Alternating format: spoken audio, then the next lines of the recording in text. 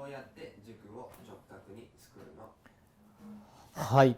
ですね、僕たちは、こういうね、定規なりを、作ったり、木を加工するときにですね、こういう直角のジグを使います。ね。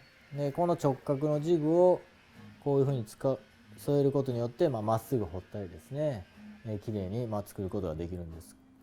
で、このジグの作り方になります。で、ジグをですね、まずこの大きな面ね、広い方の面のをまずこのカンナでですね、平らに作ります。ね、この平らに作られたこの面が基準となりますね。はい。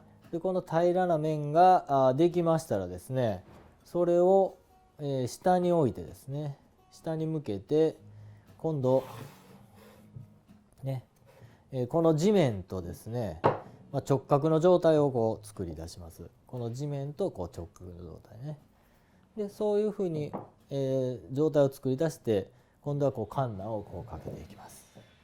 でそうするとですね、これが基準面として決まってますんで、その基準面に対して90度のこの面が作られていくということになります。これ片方できましたら、こういうふうにひっくり返してもう一度こうやります。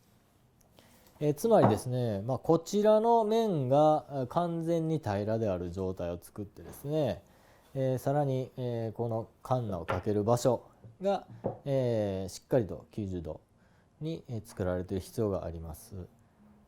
ジグを作るための、場所も非常に重要になってきますんで、それも考えながら、ジグを作っていきます。